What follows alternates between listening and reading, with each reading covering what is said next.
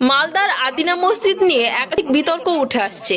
মুসলিমরা যেটাকে আদিনা মসজিদ নামে জানে, হিন্দুরা সেটাকে আদিনাথ মন্দির বলে দাবি করছেন। কারণ এই প্রাচীন স্থাপত্যর দেওয়ালে বিভিন্ন অংশে দেখা যায় হিন্দুদের অনেক দেবদেবীর মতো কারুকার্য করা আছে। এখন আপনি প্রণাম করা যাবে না, এটা দেখান। এই প্রণাম করা যাবে না, দেখান আপনি। দেখান আপনি, দেখান, দেখান আপনি, দেখান। এখানে প্রণাম করা যাবে না, এটা দেখান।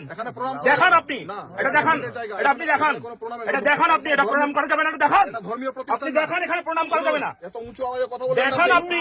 আমি উঁচু আওয়াজে বলছি, হ্যাঁ আমি বলছি। আদিনা মসজিদ হোক কিংবা মন্দির, বর্তমানে এটি ভারত সরকারের অধীনে রয়েছে। আদিনা মসজিদ বলে কোনো মুসলিম এখানে জোর করে নামাজ পড়তে যায় না, শুধুমাত্র টুরিস্টদের দেখার জন্য এটিকে খুলে রাখা হয়েছে।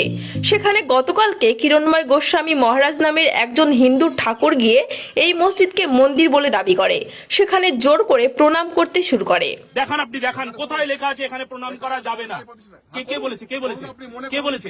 আমি একদম প্রণাম করছি। দেখি আপনি কি করতে পারেন। আমি প্রণাম করছি, আমি প্রণাম করছি। কি করবেন, কি করবেন আপনি বলুন, কি করবেন?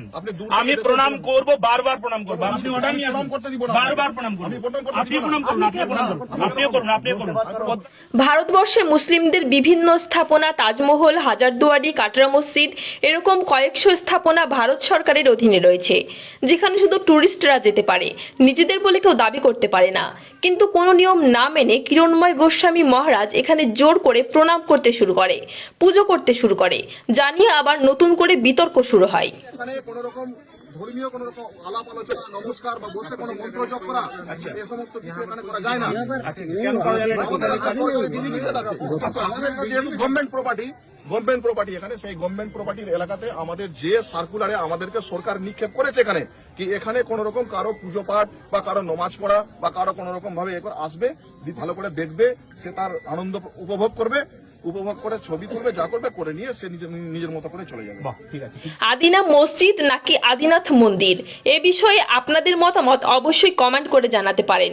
কিন্তু কোনো সম্প্রদায়ের মানুষ এ বিষয়ে হিংসা ছড়াবেন না। আপনি বারবার বলছেন বাইরে যান, এটা বলার আপনার অধিকার আছে, আপনার এটা বলার অধিকার আছে। এই অধিকারটা নিয়ে আসুন। কিরণময় গোস্বামী মহারাজ ওখানে আদিনা মন্দিরে এসেছে, ওখানে আমি ওনাকে ওখান থেকে বের করে দেবো। আপনি এই অর্ডারটা নিয়ে আসুন।